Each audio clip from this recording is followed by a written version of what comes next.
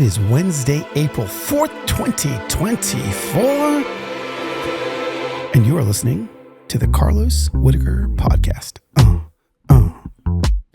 Feel the groove, ladies and gents. We are at episode 14 of the Carlos Enrique Whittaker Guzman Archibald Cabello podcast. All the names right there for you. Dr. Delight, thank you for dropping the beat. If you're watching on YouTube, I am obviously in a different location. Take a look around. I've got, I can't turn the camera, but I've got a dog sleeping over here. You can kind of see him top. Oh, I wonder if I shut my laptop, you can see a little bit more. Nope, you sure can't. And then below me, I've got a dog sleeping right here. So if they happen to get up and start barking at the FedEx guy, because I don't know about you, but does the FedEx guy come to your house every single day because you have, I don't know, 5 adults that order things to your home all the time, like on a daily basis? So UPS, FedEx, grateful to keep you employed. So anyway, if they get up and bark, forgive me, but we're not going to cut it out because I just feel I moved upstairs. I'm in the living room because I just felt like a different vibe. Can I tell you something? The basement vibe it's good when I like want to get things done, get to the basement and lock myself in the dungeon. I'm fading Dr. Delight out here, but what it's not good for is my mental health. I used to be a dark winter guy. I love the winter. I love clouds. I love cold. I love snow. Something happened to me this year. I don't know what it is. My wife is still a dark winter woman. Actually, she had some friends that nicknamed her Dark and Stormy because that's what she likes. She likes dark and stormy weather. Like yesterday here in Nashville, she was actually disappointed that there wasn't more excitement in the cloud system. But whereas I used to be that way, and I still enjoy that, like there's just, I look outside right now, it's blue skies, the dogwood is blooming in front of me, the grass is bright green. I'm just like, maybe because I turned 50, like I'm just in this new season of life where I want sunshine. I want brightness. I want green. Don't want dead leaves. I got a big dead tree that I got to cut down. I'm not going to cut it down, but maybe this is also why I record my podcast in the basement, because I could just legitimately keep looking out my window and talking about everything that's out there. But that's not what we're going to talk about today. Today, actually, I think I know what we're going to talk about, but this thing could take a turn. I want to talk about my son is turning 18 in 3 days, and 18 years old. I've got a lot of complicated emotions around that. And I thought, let's uncomplicate them. And then I thought, well, he gets off work in 1 hour and 15 minutes. What if I take my little microphones, pick him up from work and talk to him about his thoughts and maybe compare and contrast some of my thoughts with some of his thoughts. So this is free flowing. This is your baby transitioning into adulthood conversation. This is conversations from a parent that loves their child with everything, wants the best for them, but doesn't necessarily know if they're doing the right things for them. This is a conversation about questions I have about, have I poured enough in to my son? Questions about adoption and how that part of his story is affecting who he is. Questions about, did I do enough for that? I've come to my last child entering what the world would say is adulthood at 18, which, honestly, like maybe in the 40s and the 50s, it felt more like adulthood than it does now. That's a whole other topic. But is my son, not is he ready? I don't think that's actually the right question. What else can I do to prepare him for the road ahead? And so I just have a lot of thoughts on on it. We adopted Losiah when he was 7 months old. And so all he's ever known is really us. And adoption wasn't like a big part of our story, but it was obviously a big part of our story, but it didn't like define us, I guess. Whereas I think it's fine that some families, like that's kind of what they become. Their story is adoption. They do adoption things. It's all adoption. I just, it just never felt like that for us. He just became part of us really quickly. And we're entering into his 18th year where he's about to enter a season where he is legally able to, and I say legally because the adoption agency that we used, when you do a international adoption, they have files that the adoptive or the parents that place them up for adoption don't want opened until they're adults. And so we're going to begin to receive some paperwork now that he's 18 with more details to his past. There's no hesitation in me. Like, I think it's, I've got some friends that have adopted kids later in life, later in their adolescence. So like in 11 or 12 years old. And like they always, this moment was just always part of it. The birth parents and, finding family. Losiah, he never, as much as I would push that, there wasn't ever like an visibly outward desire for that. Although I know obviously inside and internally, and I'm not inside of his heart, there is hope for that. There's hope for a reconnection. There's a hope for finding more of him. And as much of him as I feel like I have implanted in him, there is so much more that isn't me, right? Like I look at the way he reacts to situations. I look at his tenderness. I look at all of these incredible things about him, and I think that ain't me. That is somebody else's DNA. That is generational. So like I see things about him that I am excited to find out more.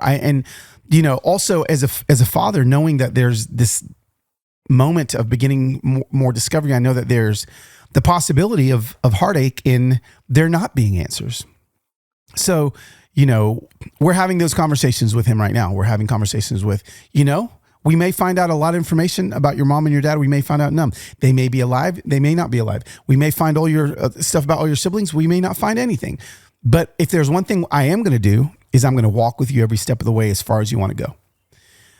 And that's kind of where we're at with him. How am I feeling with my not final sounds like such a tragic thing, but the last kid in my house, like I'm always going to call him the kids, but he's literally turning 18 years old. And if you've been with my family for any season of life, that already feels weird, right? It feels weird because Losiah was always, he was the beautiful baby boy that joined our family. And for a lot of people, you have a hard time moving Losiah out of cute little Losiah into grown man Losiah. I tell Losiah all the time, that's a grown man decision. That's become the thing the last year is every time I see him make a grown man decision, you can add 2 crooked letters to the back of A and know what I'm saying. I'm trying to keep this for little ears. But I'll tell him, man, that's a grown man decision. Why? Because I'm trying to encourage him every time I see him take another step, into becoming a grown man, making decisions that I don't have to make for him. And that's the season that I'm in. And so I feel like launching him into adulthood, he's going to turn 18 while he's still a junior in high school at the end of his junior year. So he still has a senior year to go. He's kind of like me. I was the oldest. When I graduated from high school, I was 19, turning 20 soon. What was that right? Who knows? But ish, like we held him back because he just was a lot smaller than a lot of the kids his age. It made sense. And so I'm actually really grateful that we did. But knowing that he is the last one, I've got one daughter getting married in 53 days. Crazy. I've got another daughter who's already lived on her own for almost a year. She's moved out. They're both graduating from college. Losiah's turning 18. I got married. We got a lot of stuff happening right now. And What's cool is just how tight we still are in our family unit, like our nuclear family unit. But this is a big one. Him turning 18, even though he's a junior, I feel like I've been graced with an extra year before he flies the nest. Now, I don't know what that's going to look like for him. For both of our daughters, they lived at home for a little bit. One of them still lives at home into college. And, we have a rule that we tell our kids, when you turn 18 or you graduate from high school, you can still live at home rent-free if you're in school full-time. So like if you're going to school full-time, then you can still live here. If you're not, then there's some rent situation that needs to happen. That's always just kind of been how we do it, how we've done it. And it's worked out that way. So Hayla's been in college full-time since she graduated from high school. And she's going to get married and move into an apartment with her husband a couple weeks after she graduates from college. She planned that out perfectly. Sayana, on the other hand, is graduated from college 2 years early because she's an overachiever like her mother. And she may or may not move back home. If she moves back home, we'll have that conversation. But that's my my dad's heart is like, of course she's not going to pay rent. She's welcome here anytime. And my wife's saying, nope, this is what we said, so we're going to do it. Oh, man. Y'all love my Don't Stand on Issues Walk with People shirt. And guess what? First of all, I'm bringing it back. But second of all, I do it all on Shopify. If it wasn't for Shopify, y'all wouldn't have that beautiful swag to be able to walk around and help people be kind to other people. It's all because of Shopify. And Shopify is the global commerce platform that helps you sell at every single stage of your business. You may not even call it a business yet. It may just be a side hustle, kind of like it was for me for a long time. And Shopify is there for you. Or as things get more robust, Shopify can stick around all the way till you got brick and mortar stuff around you and you got clothes inside of a building. Shopify is always there. So listen, what I love about Shopify is that it not only powers what I do, but it powers 10% of all e-commerce in the United States of America. 10%. That is mind-blowing kind of data right there. And this is what I want you to do. If you would love to partner with me in seeing your company grow and your shop grow, you can go right now and sign up for a $1 per month trial period at shopify.com/Carlos. All lowercase. Go to shopify.com/Carlos now to grow your business no matter what stage you're in. Shopify.com/Carlos.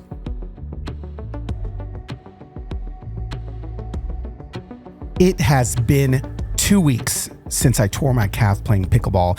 And not only do I miss pickleball, but I miss LMNT. The fact that I love the taste of LMNT so much, which I pour into my water while I'm sweating so much. I miss LMNT as much as I miss pickleball. Well, Carlos, what are you talking about? What are you pouring into your water? What is LMNT? Let me tell you what LMNT is.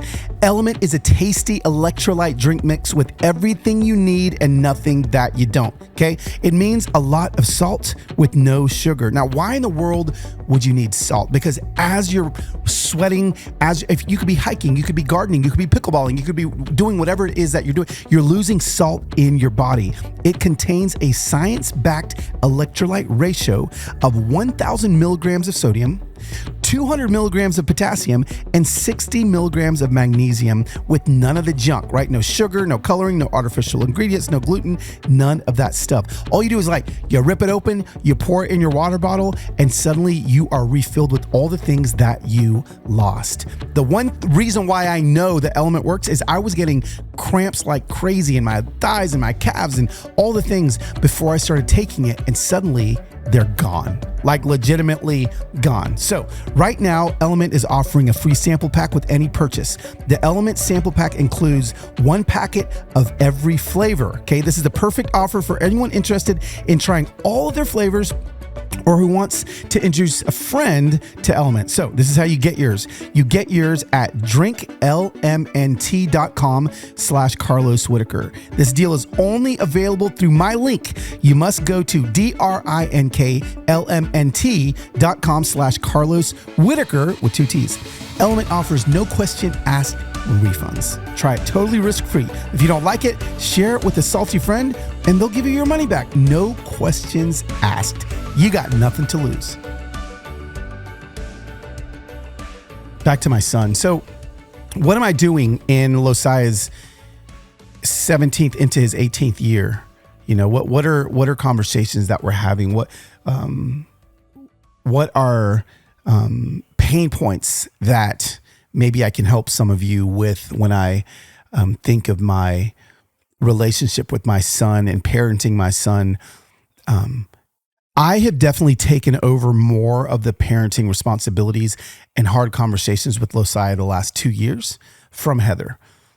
Whereas Heather kind of ran all of those conversations as the kids were younger, and even in the girls' adulthood, her and Losiah they don't argue well with each other.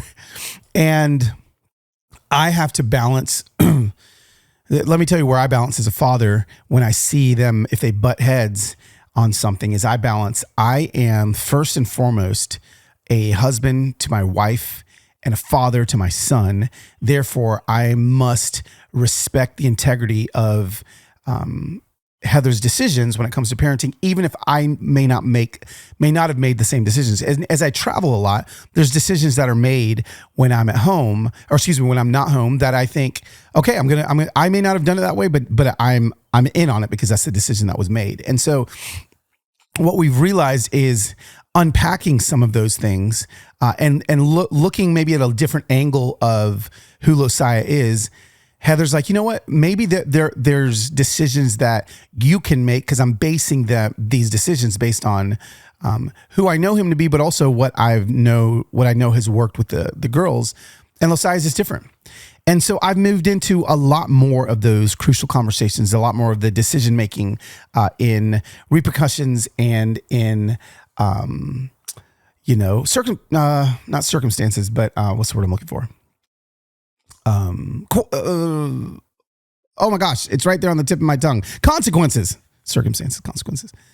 And so those have come, and it's taken a lot more out of me than I thought it would.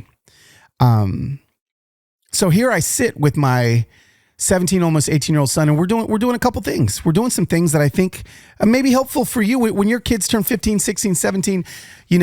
All of the data shows that, young men, older boys in their 15, 16, 17th year just mature at a slower rate than girls emotionally. And so knowing that I was one of those emotionally slower to adapt kids, I feel like we're doing a pretty good job with Losiah. What are some things that we're doing? The first thing, I joked about saying you're making grown A man decisions. I'm starting to allow him.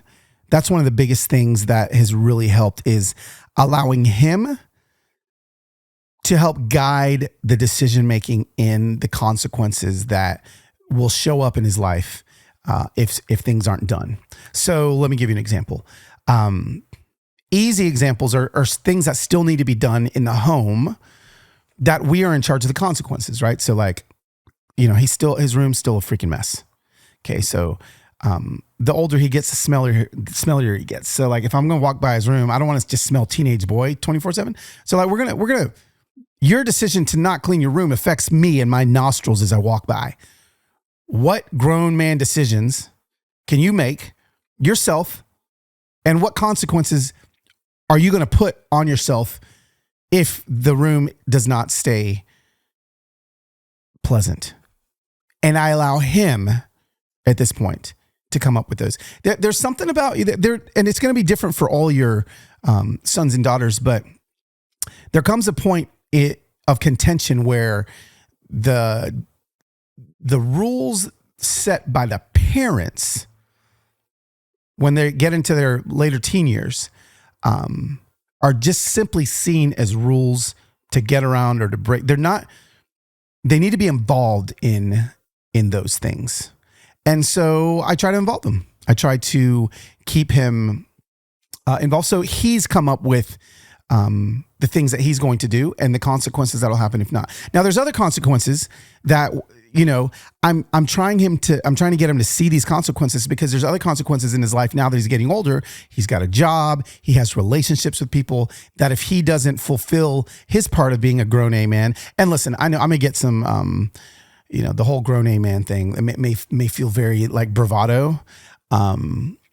And you know what? It works for Losiah. He is a very tender soul, but there's parts of him that need to step into a space in the relationship with his father that feels more adult-like. And I can't keep treating him like he's 9. And so this works for us. You don't have to say grown A man. You can just say, that's a great responsible decision. Okay.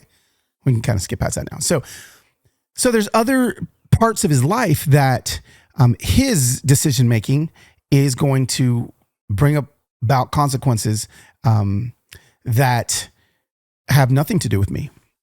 So I'm trying to get him to the space where more and more of the decisions he's making in his life away from me are reaping good things as opposed to painful things. That's really it, So like again, the cleaning the room thing, that there's things in the home that have to happen. He's still my son. He's going to be 18 living out. Just because you turn 18 does not suddenly mean, hey, guess what? All the rules you're free.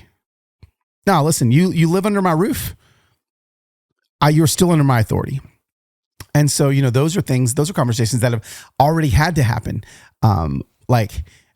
And I let him bring it up, but it's like, hey, just because you're turning 18 doesn't mean things just shift. I've tried to already start putting some of those things that he wants to shift in a slow shifting pattern as opposed to overnight.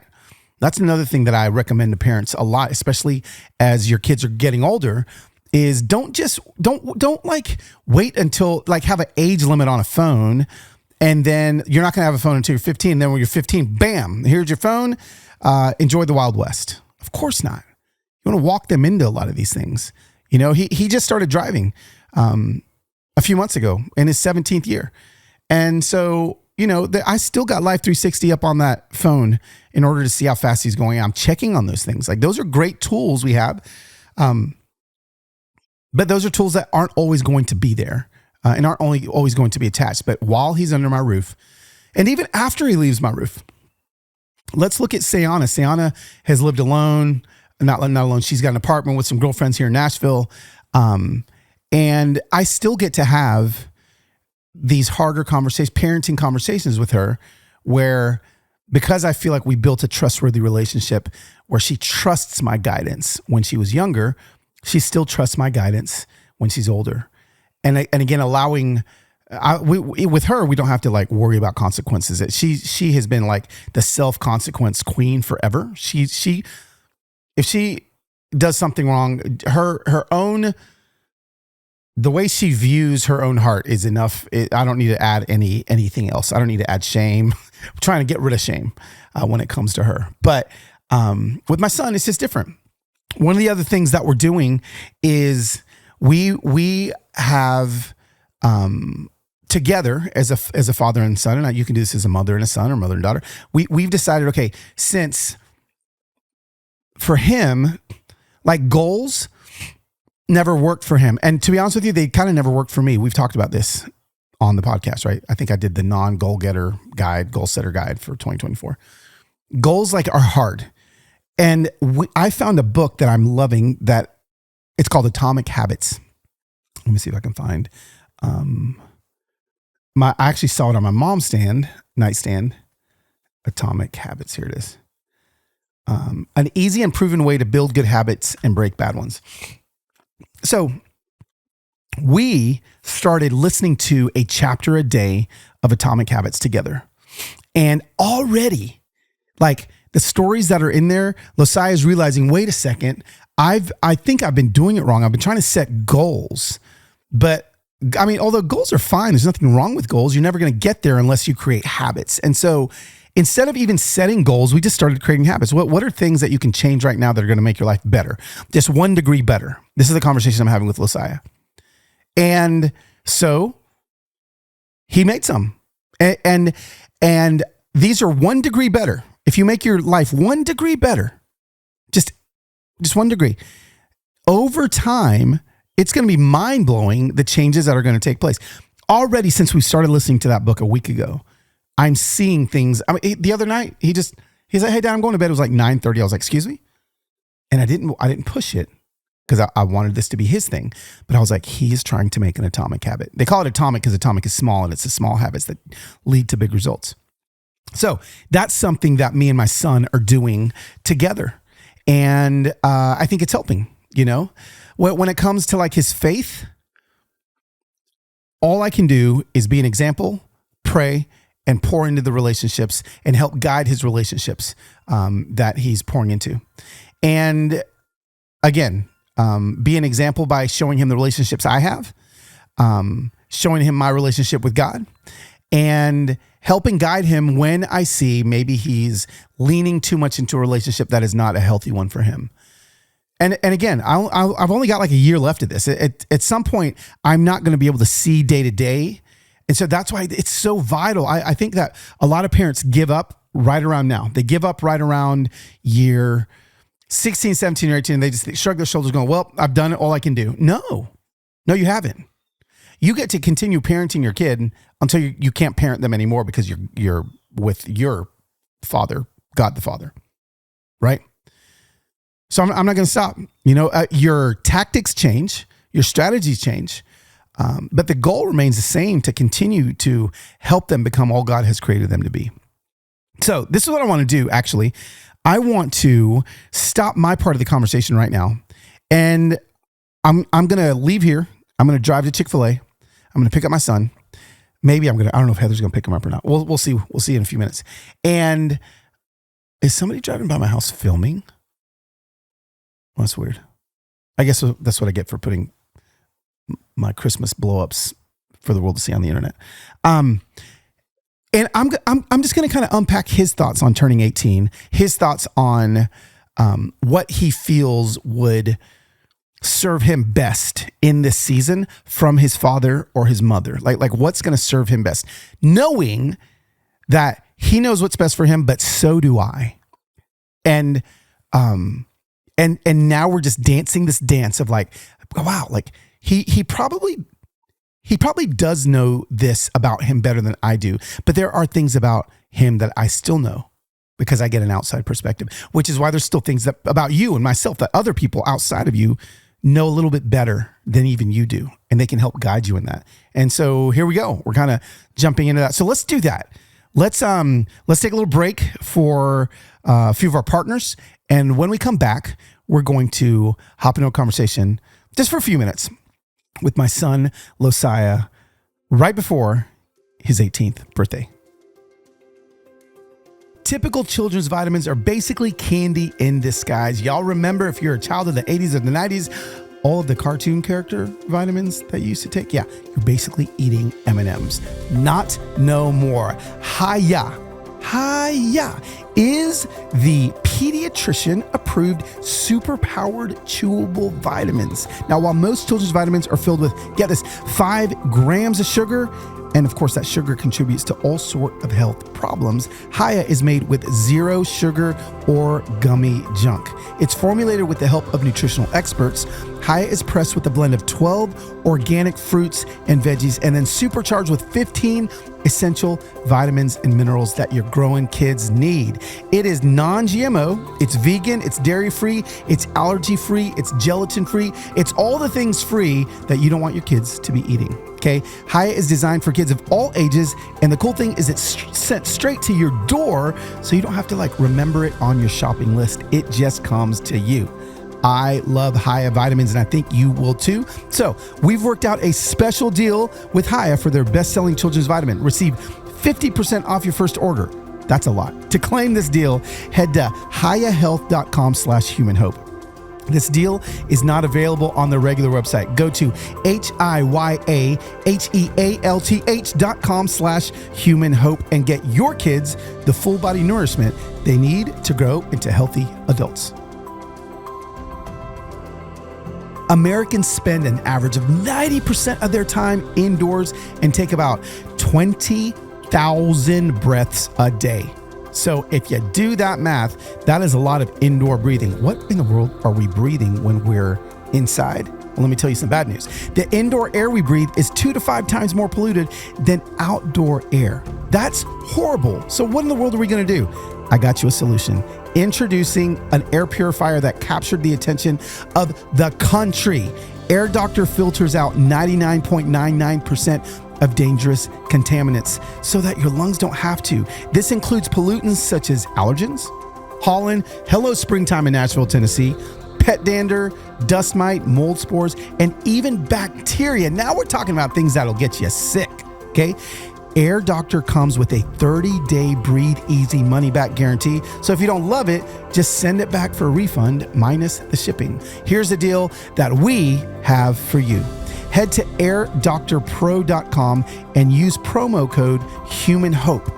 You'll receive up to $300 off air purifiers exclusively to podcast listeners, okay? You will also receive a free 3-year warranty on any unit, which is an additional $84 value. Lock this special offer in by going to airdoctorpro.com and use promo code HUMANHOPE. Hey, Lo. Hey, Dad. Hey, man. So how many days until you turn 18? Is it Wednesday? Wednesday. 3? 18. So, how does that make you feel? Does it make you feel like you're 18, so the government says you're an adult? What does that make you feel like? I don't know. I don't necessarily like it. You know? No. Why not? I don't know. No, yeah, let's dig into that. What don't you like about, oh my gosh, turning 18? Like, what is that?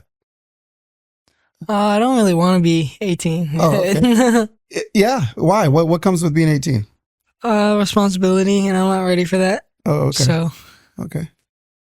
or I guess I can be, but I'd like freedom. Like, I don't know. I just like not having responsibility, I guess. Yes, this is great. This is actually so true. And luckily for you, since we held you back a year when you were in preschool or whenever that was. I didn't get held back. I just started school. Yeah, or since we started you later, you get to be 18 for an entire year of high school. Yeah. So like, it's not like you're 18 and we kick you out the house. So you are lucky that you've got a whole extra year of just chilling and eating my food.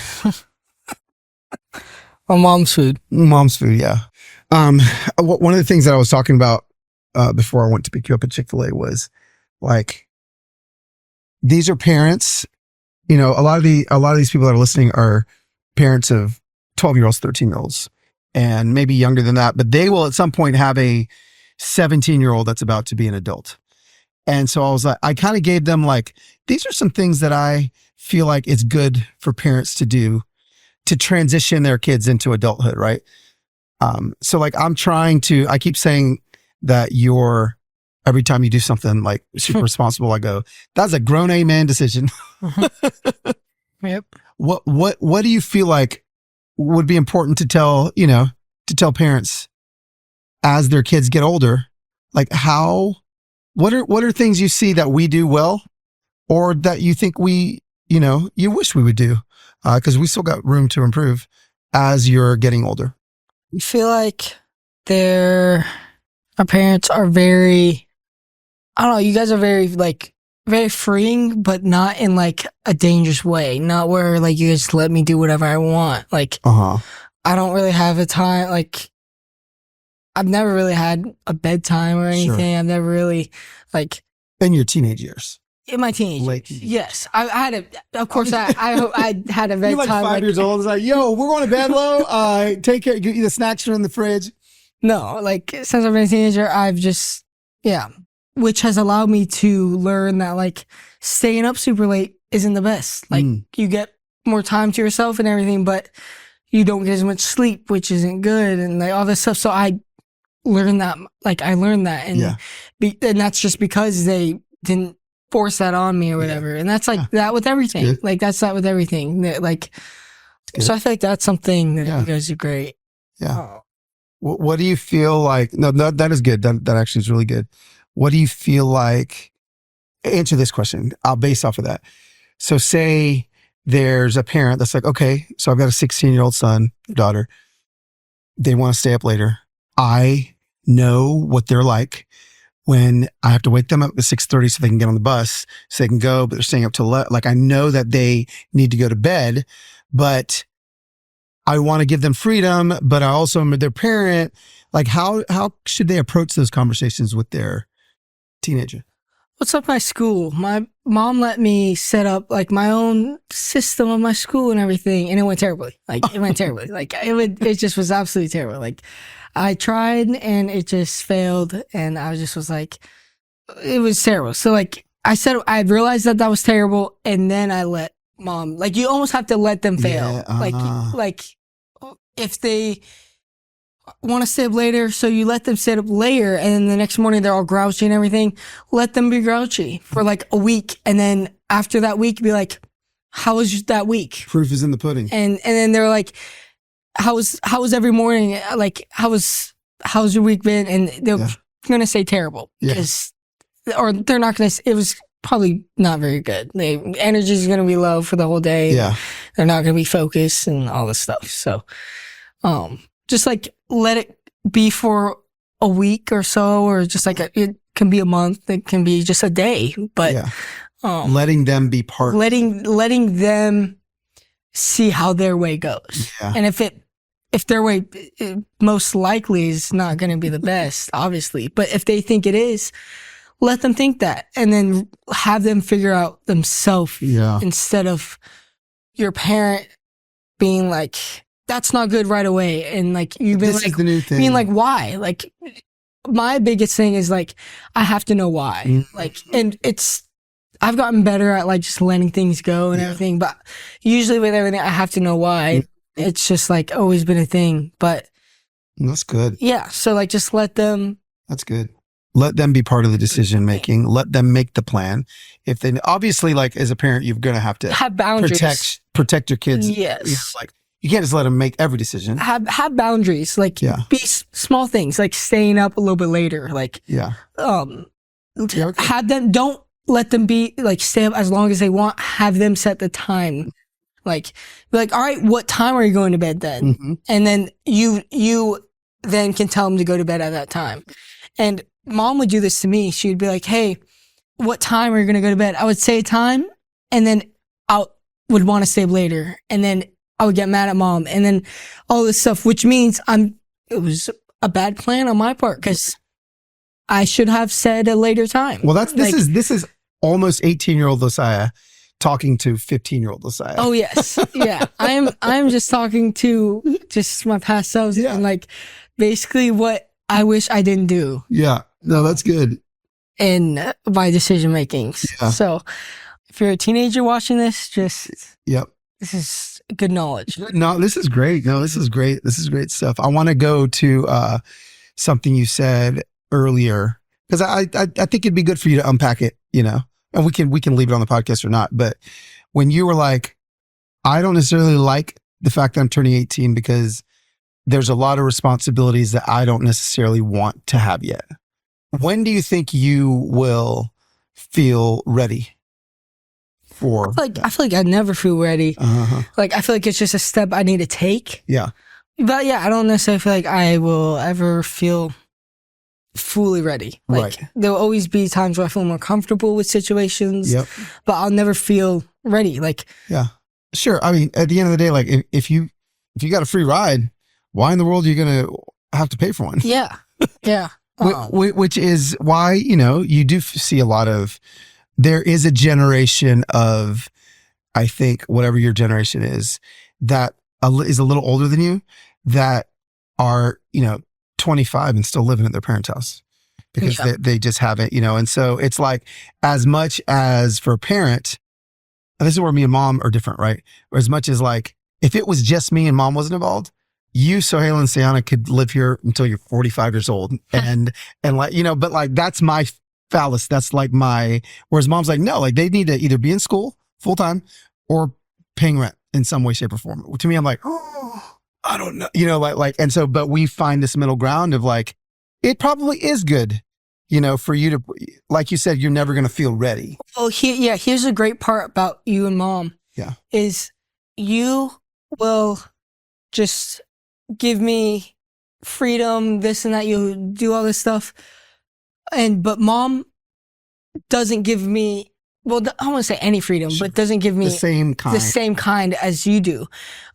It's like a big difference. And so when those clash, it creates a balance that like I'm getting freedom, but not too much. It's like, okay. So with that, this is great. What are the benefits? Because you've got different people that are listening to this right now, different kinds of parents. You've got parents like me that are like, "Hey, you can stay up till 12:30 with me playing FIFA, eating ice cream." And then you got parents that are like, "Well, no, that's not healthy. That's not, And so what are the benefits you see of my style of what I do in my parenting and mom's style of what she does? For mom is you're going to have, if you listen to her mentally, you're going to be struggling. I feel like mentally it's going to be hard, but physically you're going to be great. You're going to be, I feel like physically you're going to be really good. Like you're going to be straight. You're going to be like, because what she's saying is harder to hear.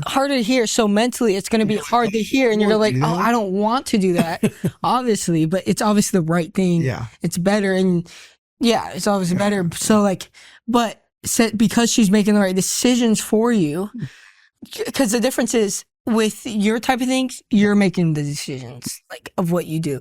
With mom's, she's making half the decisions for you.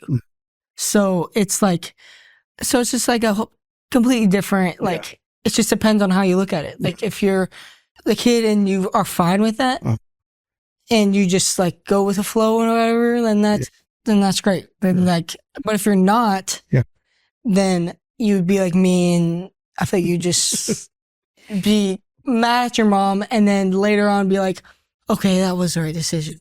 I should go apologize. Like, it's just like things like that. Like, so I feel like that's the benefits with mom. Like, it's just like the problem with it though is like, I feel like if it was just mom parenting me, I don't know. I feel like it would just be a lot different. Yeah. Obviously, like, I feel like I wouldn't talk to her as much because she's making all the decisions for me. So I wouldn't talk to her as much based on that, like the fact that like she's more of a boss than a mom. But what you've done is you softened her a lot to where like now we are able to have conversations and we are like super close because of it. And you and mom. Yes. Yeah. And we both grown in like ways of like, she's not as controlling in those ways anymore. So it's like, it's great. Or strict. Yeah. Yes. Strict is a better word. Yeah. Yeah. Strict. You're not as strict anymore. Yeah. And the balance, I think, of, and which, obviously if you're a single parent household and you're listening to this, that there's not going to be as easy of ways to balance your parenting with someone else's, right? Like if you're right, if it was just mom, but you do have me, right? And actually, it's funny that you're talking about this because I talked about this on the intro before I interviewed. I was like, I have stepped more into the parenting the last 3 years than I ever had before. Like before, I was like, I loved you. I was your dad. I would like, I wasn't as involved in parenting as I am now. And it's because, you and mom, the way you approach problems or arguments used to be a lot more volatile than it is now. Yeah. What would you say? So someone's listening is like, oh my gosh, like my kid and I fight nonstop. Yeah. That's exactly how me and mom were. You were like, we fight nonstop. Now that you're almost 18 and I've seen you come on the other side, give them some encouragement that it's not always going to be this way. Yeah. It's what really helped is having people to talk to. Just like, be like, just like have someone to rant to. And you're talking about the kids or the parents? The kid. Oh, okay. So the kid can just have, and the parent too. Yeah, sure. The parent needs someone to talk to too. Or else that same feeling that you feel, that the parent feels and the kid about like that anger and everything that builds up in you. It's like you feel that too. Like it comes on both sides. Like, so in order to, like, you need to release that anger, but if you release it on each other, it's just going to build more and more. So what you need to do is find someone you can talk to, and it just releases the situation, because anger builds and builds, and there's only one way that can go away. Either by like prayer, like that's one, or by releasing it. And if you release it to someone else who's also angry, it's just going to build that anger, because they're going to release the same anger back. And next thing you know, we're at a volatile argument where you're both screaming at each other and you're not going to get anywhere. So if you talk to someone, it literally changes everything, and you're able to come back and come to your senses. Because when I was angry, I would say all this nonsense and go on, and then I would go to bed that night and be like, what did I just say? Like, I was like, oh my gosh, I'm so dumb. Like, why did I say all those things? You would think that when you go to bed. Yes. Because some parents don't think that their kids are even thinking about that. Oh yeah. No, I was definitely like, why would I even say that? Like, that's not even true. Like, wow. Who would you talk to? Who were your safe places that you? You were one of them. You were the big, like, person I would go to. Like, you would sit down on my bed and I would just tell you everything. Yeah. And it just made me feel better. And I would talk nonsense to you too. Sure. Like, and cause I was letting out my anger. So I was letting out all the not anger, just feelings. Yeah. I was letting out the same feelings to you that I would towards mom. But what you did is you just took it in. And so instead of my anger growing, it just lessened. Yeah. Therefore, I came back to my senses, obviously, like I was saying, like, just came back to my senses and realized how to apologize. I just would apologize to mom. And she would apologize back too, because by then you would have talked to her. And so you were like the middle ground. The middleman. The smaller side of that, there were things that like were still there that obviously I can't go to you to everything. Right, you can't go to one person for everything. Like, you obviously can, but I don't know. Part of me at least felt like I couldn't go to dad for everything. Like, well, that's healthy that you have people besides your parents to go to. Yeah. So I would go to like my youth pastor. I would go to close friends. I would go to and that's, I feel like, one of the bigger things. So, and it just takes time to realize that. Sure, for a 15-year-old. Yeah, for a 15-year-old to realize that your parent is right most of the time. Like, there are times where they're not, but you just have to let that go. Like, even if you're right, just let it go. Like, and that's what my sisters actually taught me, to let go, just not to argue all the time. Like, even if you're the one that's right, it's not worth the fight. Like, it's just going to cause more, like, both people think they're right. So it's not going to go anywhere. So I don't know. That's good. No, I hear you saying, for the parent that's like, is this ever going to end? Make sure your kids have someone else to talk to. Yeah. You know, they may not have a sibling. They may not have another parent. It could be counseling. Yeah. Counseling's great. Yeah, you did that too. It's there for a reason. I did counseling for many years. Yeah. And it helped me. Yeah. I mean, not because I argue with mom. No, but just everything. I mean, all the girls were in counseling. We didn't go through something terrible. Right. Just because it was someone to talk to. Yeah. That literally was it. That's so good. And for me, what helped too is like camp. Like, camp was huge. Yes. There, no one knew about my life there. Yeah. So I feel like I was just a new person, because I was like, I feel like the people like that I would talk to knew that I argued with mom, and knew that like it was just we weren't the closest. But at camp, no one knew about that. So it's not like people were like no one ever, like, they would never look down at me or look bad at me, but they didn't know that. So at camp, so it was like just a whole fresh thing that like, these people know nothing about me. Yeah, I can start new and make new friends. That's a word. All that stuff. That's a word. So give your kids a safe place outside of people that may know everything about them. Give them a space where people may not even know, and they can be new. That whole new thing.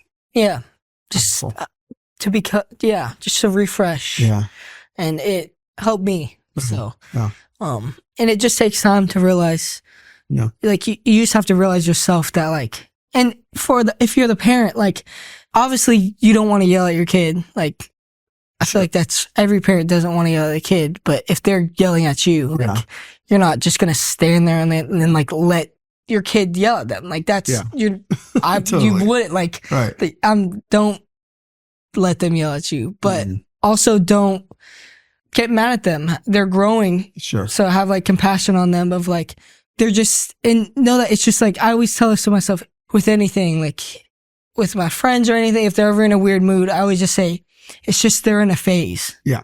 Like they're just in a phase. Like let this play out for a couple weeks and then, or even months. It could be months. Yeah. For me, it was years. So, or it was like 2 years. Most teenage guys are years. Yes. So, but like, let it play out and eventually they'll come to their senses. Yeah. Like they'll come back. Yeah. It's hopeful. Yeah. No, I feel like every parent has that fear. Are they always going to be like this? Like, no. Yeah. They're not. Like, if you love them. Yeah. And they know that you love them, then they're going to come back. Yeah. If you make it known that like you hate them, then no, they're not like, they're not going to like, they're going to resent you too. Like, well, and you know, thinking about mom's version of parenting, she's more strict versus mine. Like the hard conversations we've had to have is, Lo, I've tried this for a year and I've done it my way and it's not working. Right. And so like the problems with I think you know, people can hear a conversation like this and think, oh, well then I just need to be less strict. Well, it's like that has its problems too. Yeah. You know, being less strict has its own problem because then they start, like for me, I started just not like, because I was like, I would do something and then they wouldn't do anything about it. So I was like, oh, they're just not, I'm just able to do anything. So then it was just terrible because I was just like starting to like sneak around my parents because I knew the rules. Like we still had the same rules, but I just noticed that they weren't being enforcing the rules as much. And so I would just find ways to sneak around the rules. And so being less strict isn't better either because it's like, then they're like, are trying to break the rules. Yeah. So it's like, you need to build new rules, sit down with them, build new rules, hear both sides of the ends. Like ask them, be like, if you're the parent, be like, what do you think we need to change about technology? Like something like that. Or, so I'm hearing keep shifting and growing the rules. Yes. Because as your kid shifts, the rules need to change. Yes. That's good. Like once your kid starts driving, you can't still keep them at home. Like you can't once they start driving, you got to let them drive eventually. Like for me, it took mom a while to finally trust me driving. And now we're at the point where she obviously doesn't fully, like, she's not going to like. Oh yeah, you're still learning. Yeah, I'm still learning. So, as everyone is, I feel like there's always something new to learn about anything. Yeah. So, but she's letting me constantly go to the store now and like all these things. Like as before, she wouldn't even let me like drive around the neighborhood if I wanted to real quick. Sure. Like I don't think I would either. So, but now you're right. You're to the point now where it's slowly built. Trust is slowly built with everything, you know. And I think that's good. I think that's important. Yeah. Just build new rules and set new boundaries. Well, happy birthday. Thank you. I love you. You too. By the time everyone listens to this, is your birthday Friday or Saturday? Saturday. Oh, no, never mind. Everyone will be listening. Yeah. Hopefully if you're listening to this and it's April 6th or later, tell us happy birthday. And you'll be a legal adult man. I apologize, but that's just kind of the life you've been given. So, it's okay. You get to vote? Yeah, I do. Yeah, you get to vote. Which is weird. So, that is weird. It's also weird. So. Okay, well, I've got to hop on another call. I love you. Love you too. Happy birthday. So I'm going to actually end this podcast without even knowing what the conversation was like with my son. So hopefully it helped me as well as helping you when it comes to looking at your kids as they are developing into who God has created them to be. And maybe it'll help myself and yourself think about how we're parenting this stage, maybe even a little bit differently. So thank you, Losiah, for hopping into the conversations with me, even though you don't even know at the point I'm speaking into the microphone that you're going to do that, but you are. And everyone just heard what you had to say. So I'm thanking you already for that. Hey, Carlos Whittaker podcast for me. Let's drop a little Dr. Delight, please. Oh, yeah. This is what I need you to do.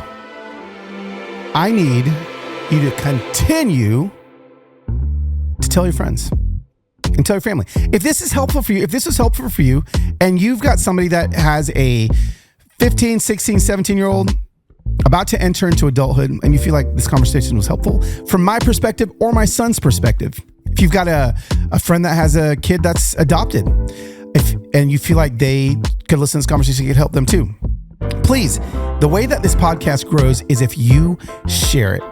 It's so helpful. So thank you so much for listening every week. Please subscribe to the podcast, follow the podcast. If you're on YouTube, hit subscribe. You're going to get vlogs on YouTube and other content as well as the podcast. You get more stuff on YouTube than if you're just listening. So make sure you hit subscribe on YouTube as well. Thank you so much for letting me hang out for another week. We are only 50-something days away from my daughter's wedding. We got some more Father of the Bride episodes coming up. Maybe DM me. Let me know who you want me to have a conversation with. Maybe I should have a conversation with the mother of the groom. That'd be interesting. Okay, fam. Love you. See you next time on the Carlos Whittaker podcast.